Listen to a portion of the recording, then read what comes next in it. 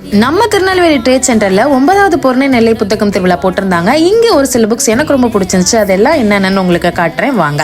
1001 அரபிய இரவுகள், அவளும் நானும், துர்கா ஸ்டாலின், தாராவின் காதலர், nursery rhymes book, my booked classic tales, Peppa Pig unicorn adventures, how I rise from failure to success in selling, how to stop worrying and start living, psychology of money, கிடுக்கட்டும் கழுது, TNPSC book, GK புக்ஸ்னு எல்லா புக்ஸையும் பார்த்ததுல எனக்கு ரொம்ப சந்தோஷம். Spiritual புக்ஸ்லேருந்து communication புக்ஸ்லேருந்து எல்லாமே இருந்தது.